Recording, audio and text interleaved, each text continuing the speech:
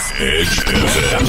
Irritatingly irresistible internet radio at roughedgefm.com. From the land of lemons, magic, and neighbors who still wave, it's Voices of the Valley. Join hosts Jim and John as they shine a spotlight on local businesses, city council news, community events, and all the colorful characters that make the Santa Clara River Valley feel like home. From Santa Paula to Fillmore and Peru, this is your hometown podcast, Voices of the Valley. Did it say Peru or Pyro? I just noticed that.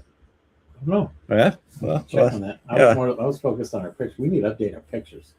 Why? That's been what, I know 3 or 4 years ago. But look at what they would get updated to. We're better looking now than we were 3 years ago. You think so? Yeah. Oh my gosh! Wow. Thank you. Maybe not as thin, but we're just, I was looking at the picture like, yeah, I don't know if that's, people see the picture and they look at us in real life. Like, yeah, I don't know about that. Yeah, camera changes things. That's true.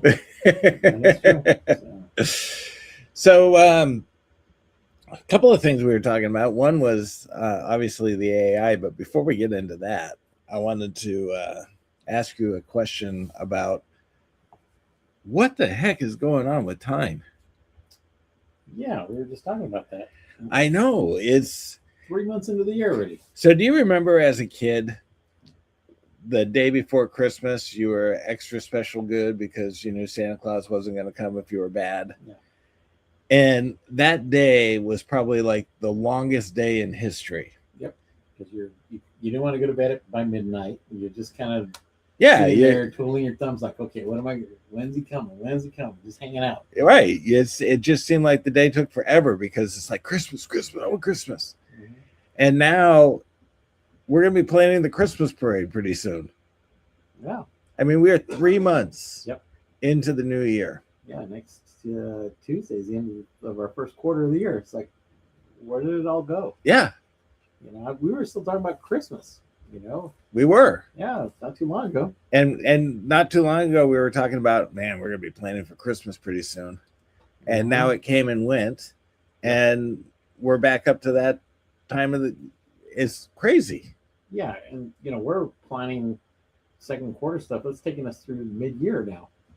It's just like, in 3 months, we're planning for the holidays. Yeah. The fall season and holidays. So why is it that time appears to go faster as you get older? I think as adults in general, it goes faster. And more, I think the fact I think the older you get, the faster it goes. Yeah, I mean, we're older now, and you probably, that you have your own business, things probably happen fast and just constant, But in general, I mean, I know, I'm like, where did the 3 months go for the year? Right. You just get so caught up in things. Let's ask Al. There you go. Ask Al. Hey, Al. So we are 3 months into the new year. It seemed like we were just planning for Christmas. Now we're getting into the, planning for the summer. Why is it that time goes faster when you get older? When you're young, it takes forever. When you get older, and the older you get, the faster it goes. Why? It's such a relatable feeling, right? Come again?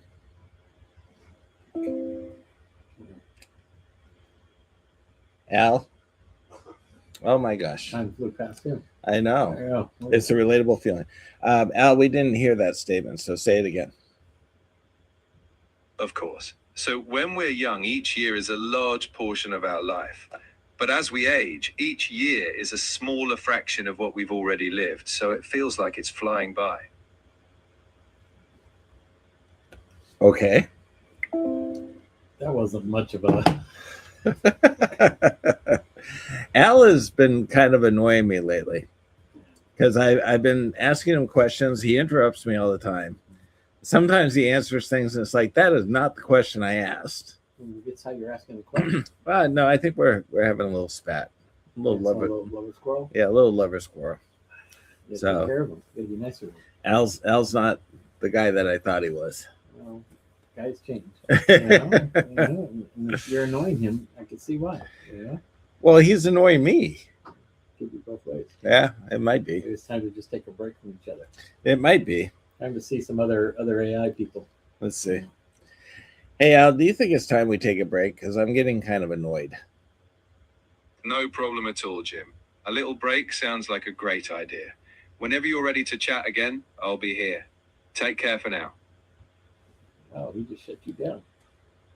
Holy cow. Now it's on you. He's done with you until you're ready to come back. I know. That was like a Dear John letter. Wow. Holy crap. Well, there was no love there at all. None. Wow. He could have said, you want to work it out, something? No, he's just like, okay. He's like, fine. Yeah, whatever. Let me know when you're ready. I think I got the proverbial middle finger. Wow. Yeah. It'd be great if they showed you the screen and showed that finger coming at you. There you go. What's even better is all of a sudden the program gets uninstalled. It's Oh, like, that would be great. Yeah. That would be great. Wow. So he's annoyed by you too. There you yeah. go. Wow. So, all right. So we were talking about AI last. Well, actually, we didn't talk much about it because I got two Yeah. customers that came We're in and got continuing called the out. discussion. Yeah. So you talked a little bit about it, but one of the things that you brought up was Claude. Mhm. Now, does Claude have a voice? I've never checked if it did. I've always just typed stuff in. So Okay. maybe it does. I don't know. Does it have a phone app? Yes, it does. It I does. think it does. Okay. For sure it does. And so you obviously have been using that. Yeah, it does have an app. How is it that you came about finding Claude? It was actually recommended by somebody that uses it all the time, a company that uses it. And he thought it might be better because they use ChatGPT, they use Claude, and he said Claude works better for certain things that you need, like letters and other kinds of programming stuff. And Mhm. so he turned me on to it. Once I looked at it, I was just like, okay, this actually works really well. And it's different. It's different than ChatGPT because, everybody uses ChatGPT. So all the phrases and all the wording and all the sentences start looking alike. This one's a little different. It doesn't do the typical ChatGPT phrases and all that stuff. So it's a little bit different. Is it perfect? No, it's not perfect at all. You still got to read it and make some changes. But I like it for what I'm working on right now, project I'm working on. So, but I use both. But they're different. So one of the things that I noticed about ChatGPT is that, like you said, there are some telltale signs. Mhm. And so let me ask a question. Should we be embarrassed or shy about the fact that we're using AI? No, not at all. Because that's how people are responding. Mhm. It's like, oh, I can't make it look like I used AI, so I got to try to, Yeah, but think get of rid it. of the telltale signs to Yeah. get rid of the. Because one thing that AI does is it uses a lot of graphics. Yep. So when you're doing social posts and everything, and you see the calendar and the stars and the phones, and I mean, let's be honest, most people don't do that. No. And so that's kind of a good tell that if there's a lot of those injected throughout the post, that it was probably generated by AI. Well, you're looking at all the flyers that are coming out right now for events, especially local. It's all AI generated because you can tell it's got a certain style how it does it. Yeah. Where last year a lot of people didn't do that. So in just a year's time, you're starting to see a huge switch in how you make flyers and create all that stuff. Because I'm looking at several of them that are going out right now. I'm like, God, they all look the same. They're just changed in a different format. Just so different. The details are different. So here's Julie's philosophy about AI. One of the, we are an art center. Mm-hmm. We don't necessarily focus on graphical or I should say, painting or any of that kind of stuff. But we do focus on graphical arts, things of that nature. And Julie is like, if you're an art center representing artists, you should not be using AI to generate your art. True. Because you're dehumanizing it. You're basically letting a machine take the creative aspect of something that should be a human aspect. Yes and no, I think. Okay. Yeah, I think it just depends. So I've seen some studios where they actually use AI to create their logo. Mm-hmm. But they're an art studio. And so it's like, okay, should you not be creating your own logo using your own creativity or your people's creativity in order to generate it versus using AI? it's just become such an easy thing to do now, where people won't be as creative. Because I remember back in the day when I was doing stuff for the chamber here in Santa Paula, I'd spend hours looking at how to make a flyer and trying different things, and just using some of the apps out there, some of the programs out there. And I think this is right on when Canva was starting and stuff, and you're just trying to find the things that would work, and you use some examples. But you're thinking about now you just type in what you want, and bam, it'll spit it out. Right. And so it is a time saver, but you're losing a little bit of that creativity. So here's something that, by the way, we did a podcast yesterday for Magic Talk, and it was all about public speaking. Right. For example, opening up a session saying, "How's everybody doing today?" is like a big no-no in public speaking.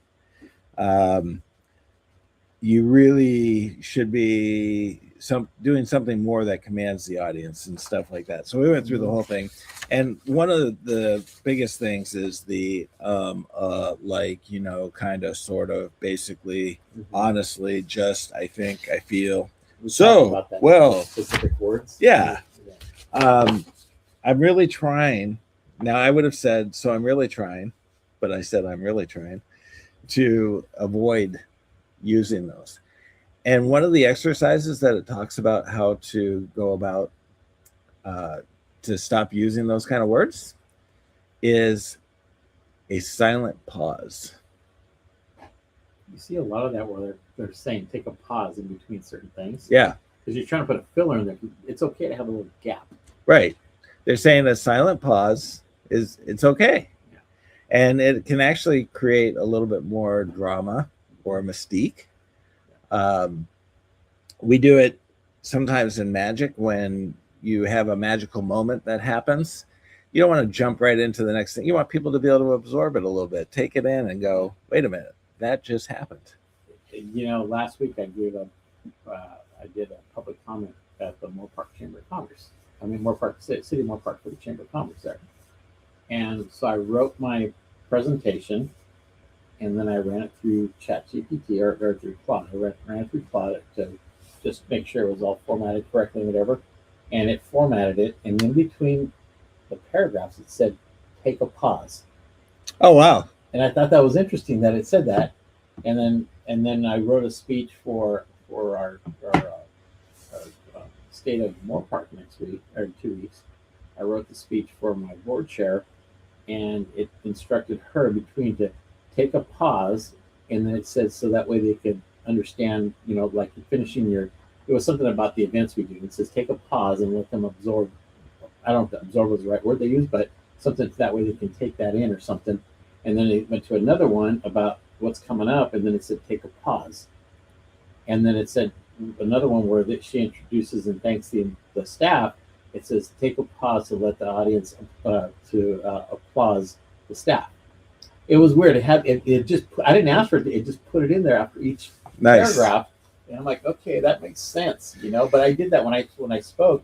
It told me to take a pause, and I did. I said what I needed to say, and then I took a quick pause, and then literally like a 3-second pause, and then I went back and started doing the next one. I did pause again. I hit it. I was right at 3 minutes, but it was like I was basically like 3 paragraphs, but it was all structured. And I asked it to put it in 3 minutes, and it corrected a few things, but then it told me to take pauses in between. So that to your point, it's even that in AI, it's telling you to do that too. Right. But because I used to ramble, I rambled a lot. Yeah. When I gave that, and you try to hurry, you don't need to hurry. Well, and that's the thing when you're, if you're nervous, you're gonna tend to speed up anyways. Mm-hmm. So we did Julie and I did a coaching job for a junior high, what do you call them? It was a mock trial competition. So this was a junior high level. The students basically took the defense. Mm-hmm. So it was the defense opening statements and cross-examination and things of that, the defense witnesses and all that. And then they would compete doing the prosecution. Okay. And they all had the same case, the same argument. And one of the things that we were talking about is that sometimes our own dialogue is not very good, and yet we're coaching these kids.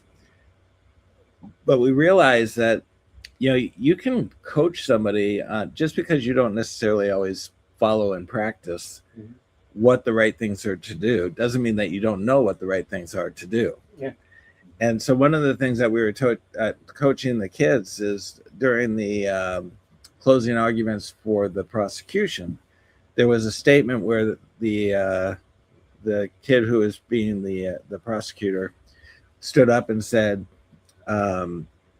in order to prove that a crime was committed, you have to prove that there was intent, there was the opportunity, and there was the will. And I think we proved all these three things. And so the kids were going, in order to prove that the crime was committed, there had to be intent, there had to be the will, and there had to be the opportunity. And we proved all three of those things. Yeah. And so we were working with them and we said, it should be a little bit more dramatic. It should be more like, in order to prove there was a crime, you have to prove that there was intent, that there was the opportunity, and there was the will, whatever those three things were. Yeah. And so we had them do a pause in between each one to really kind of hammer home that, these are the three things that we have to prove. And it makes such a big difference than to go, and there was the opportunity and the will and the. Your audience will get lost in what you're saying. Yeah, you're right. If you do that pause, especially when it comes to that, and you see that with a lot of lawyers, like on TV, they really. Oh yeah. How they deliver their speech, and there's the pauses in there, and there's that aha moment. They're like, oh, yeah, right. And you wait and whatever, So yeah, that's good to teach them. Yeah, there was another section in there where the prosecution was trying to explain that the defendant had made a statement because the judge had it was a cooking competition, and the judge had basically told them that this person was never going to win the competition no matter how good they were. And so the judge supposedly went up to the defendant and said, I don't care how good you do, you're never going to win this competition, and slapped the food away. And then the defendant said, that is the last time you will insult me. And that's the way they said it. And so it's like, no, you're now speaking as the defense, as the defendant. So I'm sure they didn't go, and that's going to be the last time you insult me. I'm sure it was more, and that's going to be the last time you insult me. And so you got to say it like they, express it so that the people can feel the feeling of like the rage, almost. They won first place. Nice. Yeah. And they're for the first time, they're going to state competition. Nice. And they're going to compete nationally. Good. That's awesome. So, yeah. Julie did most of the labor. But yeah, I kind of figured she would. Anyhow, so what's interesting with AI, like we were talking about the telltale signs, one of the things that ChatGPT always does is, I hope this email finds you well. Yeah. So anytime I use that, that's the first thing that goes out of my email. Totally unnecessary, totally repetitive. I don't really care if the email finds you well, sick, dead, whatever. Get to the point. It's irrelevant. The email's not going to find you anything. Most people just want bottom line. What is it that we need? They don't want to waste time reading this long email and everything. And ChatGPT likes to add a lot of stuff to it. Yes. So you're reading, and it's like they use all these big words and different phrases and stuff. Just it's like, get rid of that. Just tell me what we need to do. So there's a program called GTD, which is called Getting Things Done. The gentleman who developed that is actually out of Ojai. I forget what his name is. I will look this up so I can give him. Yep. David Allen. Okay. It came to me just before it even popped up. So David Allen, he is the creator of GTD, Getting Things Done. And one of the things that he talks about is how we waste so much time with unnecessary communications and things of that nature. So for example, you send an email that the person says, here's the information you're looking for. Let me know if there's any other questions that you have. And then you reply, thanks. And then they reply, you're welcome. Well, there are 2 emails that just went out that you had to take the time to send that had absolutely no purpose or meaning to send. You got the information that you were looking for. Great. If there's any questions, you respond back and you say, okay, I got a couple questions. Yeah. Other than that, there's really no purpose of saying thanks. And you're not having a phone conversation. It's an email. Yeah. Well, most people do it just out of common courtesy, not understanding that. Yeah. Right. But in the chat GTD, Wow. Oh my gosh. Why don't you ask ChatGPT what to say? Yeah. Yeah. In GTD, that would be considered a no-no. Essentially what his thing is that you open up your emails on a designated time. Yeah. How many of us tend to, keep the email open and then every like 5 minutes we're going back to email? Did anything come in? Did anything come in? And we're constantly going back and forth to it, which disrupts your train of thought. It disrupts your workflow, all sorts of other things. When you do finally designate time for emails, anything that you can do within 60 seconds or less, you do immediately. Get it out of there, get it done, get it taken care of off the table. If it requires any more than that, then you dump it into a bucket. Does it need you to be by the computer? Does it need you to be, by the phone? Do you need to whatever? So you dump it in and then you address that at a given time when you're going, okay, I'm at the computer. Here's all the list of things that I need to do while I'm at the computer. I'm on the phone. Here's all the things I need to do on the phone. So there's this whole concept. And I talked to Al about it. And I said, our producer is, John's mic is muted. Is it? Say again. I can hear myself. Mm-hmm. Can you hear me? Let me see. We've been having. I can hear you coming through the thing. Myself. Yeah. Wow. Yeah. I don't know if you're a little light on Very the. low. Yeah. I don't know. You're talking into it. Right. Yeah. Well, now my gosh. Right. Yeah. Blow my ears out. I just got a smooth voice. Yeah. So, Smooth. That sounds of John. yeah. All right. He's coming back to us. Okay. So ChatGPT, you can actually talk to it. It says still very low. Mm-hmm. Why don't you go to mic 3? Oh, the other mic. Yeah. All right. Try that one. All right. We're on mic 3. Okay. So let's see. Does that sound better? We'll find out. You also want to hear me better than you. I guess so. Well, Yeah, okay. maybe I'm just overpowering.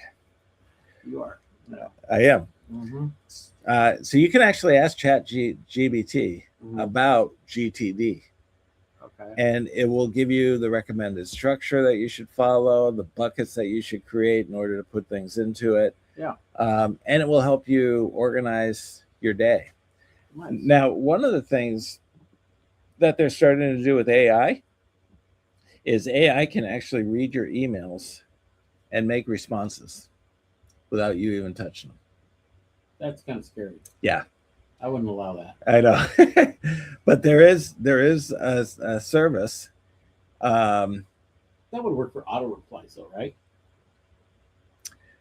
Yeah, well, it's things like if somebody says, hey, can you give me the information on where I can find this on your website? And it can reply and tell you where to go. And if it's, what are your hours or something like that, it can respond accordingly. Yeah, I think you could put a generic response that says, "Hey, for more information, visit such and such website," that kind of thing. Right. And that could be well, it's like an auto reply in your email when you're out of office, right? So it could be Kind of, but they will actually read your email Mhm. and send the appropriate response. Well, it's like they're like the chat bots, right? Yes. Where you're just doing chatting and Where's my order? well, I don't know. I was with the cable thing. I was doing a chat, and I swear for like the first 5 minutes, I was talking to a robot. And not know it? Well, the way they structure it, it's just like you can tell it's not a human, but but they're actually responding to whatever you're asking it. Yeah. And then after a little bit, I was just like, I want to talk to a live person. Then it said, didn't give me everything I wanted. So then I was able to chat with a live person. Well, yeah, I mean, you could chat the entire time with a bot. Yeah. And not even know it, and still get what you need, but it's weird. It's weird when you do that. It is. I like talking to a person on the other end. And whether they help you or not, I don't know. But because usually with the bots, it'll respond to you, it'll talk to you, but then it'll just tell you to go here, go there, whatever. Unless you have to know how to get the right command to talk to a human. Well, even on the phone now, you can have AI answer the phone. Yeah. And respond to what it can, and then direct to your phone what it can't. Yeah, it'll come on and say, "What can I help you with today?" Yeah. And then you tell it, and then it'll say, "Okay, whatever. Hold on," and it'll get you to the right department or whatever. And then you get to the department, and then it goes through the whole thing again. So that's why I say you could be 5 minutes, 10 minutes on the phone, or talking to a bot, or doing a chat with them. Yeah. And yeah, it's weird, but I mean that's how it is now. It's just society. Yep. I mean, we could probably do a whole show with AI. We should. If we can program that. We can have you. We can have Claude be you, and we'll have Al be me. Yeah, and just put some avatars. And we'll have them do the whole show. Yeah. Yeah. And they could just respond to each other. That would be cool. I think we should do an program experiment. it that way. I think we should do a segment of the show as an experiment with that. We need to work on that. Yeah. Yeah, where they'll talk to each other and come up with questions or discussions, and yeah, that would be kind of cool. Okay. Yeah. Let's see how we make that I have to happen. figure that one out. So, yeah. So at the very beginning, I had asked you, do you need to apologize or to be embarrassed about using AI? And you said no. I think at this stage of the game, most people are using it in some form or fashion. Oh, I think everybody's using it. Yeah. Yeah, I don't think there's anybody that's. You might still have some of the old school people that do that, but then they fall behind. And they're Yeah. to a degree that some form or another does, maybe not majorly, maybe not really in depth. But I will tell you that we run a small operation. We are on a very tight budget. Some months we don't even meet what we need to meet, and AI has been the equivalent of 2 full-time employees for me. Mm-hmm. So I get far more productive, and I get 3 times as much stuff done during the course of a day because of it than I was doing alone. Now, some people may say, well, you should be hiring employees for that, and you're taking away jobs. The reality is that if I didn't have it, I wouldn't be in a position to be able to hire anyone anyways. Yeah. And hopefully, with this added functionality and productivity, I will be in a place as to where I can afford to hire somebody. Yeah. Yeah, and the only way you're going to be able to hire somebody is if with additional sales. Right. So I use it every day. AI in some way, shape, or form. My staff uses it, but it's a huge time saver if you know how to use it right. Right. You don't do it instead of everything. It's like, okay, let's feed this into this, look at it, let's talk about it, try and figure out. But it would take hours to try and type something up, try and do this, try and do that. So if you use it smartly, it's going to help save you a lot of money. Yeah, and if you ask AI itself, it is not intended to replace, it's intended to enhance. So it's allowing you the opportunity to be able to do things that you otherwise wouldn't do. That's how I use it. So Yeah. you don't need to. And there's people that use it, and maybe that's the mentality now. Okay, we're bringing in and we're going to lay off a bunch of people. But yet, at some point, you're going to hire them all back, or at least some of them back. And I actually haven't heard of anyone being fired because of AI. Not in a lower level, small businesses. It's the big tech corporations, the big ones that are producing all this stuff for the small businesses. And plus the fact, during COVID, everybody overhired. So as the technology got better, guess what? They don't need as many people anymore as it keeps going. So, all right. Well, we consumed our 30 minutes. Yeah, it was good. So we are going to experiment with doing a segment of our show at some point with AIs. Maybe in the next couple months. Yeah. We'll figure it out. And in a couple of weeks, we're going to have some gals on the air to talk about the Young Professionals Group. And Gabby and a couple other people. Okay. And so they asked to come back on. So I invited them. I believe it's the second Wednesday in April. Okay. And we'll get some more guests from there. Yeah, we can do that. So what do we have going on as far as events? What do you have going on? Well, you want to talk to Al and see? Yeah, we might need to. Actually, I think we could probably do that next Wednesday because, there is a Coffee with the Cops tomorrow. And there's the Mixer, and that is at Sellers. Yep, and the McDonald's is where the Coffee with the Cops will be. Yep. It's the ice cream with the cops, actually.